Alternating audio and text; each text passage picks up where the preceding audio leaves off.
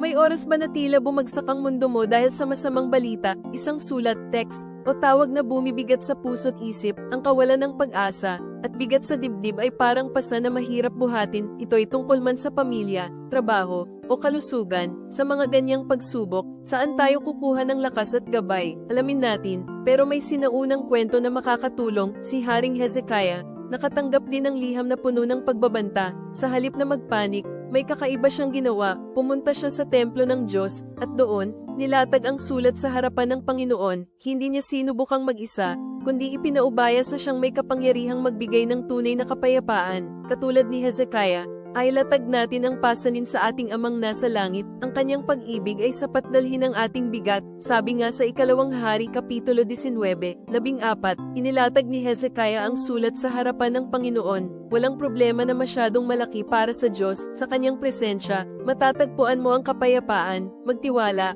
mararanasan ang tunay na ginhawa.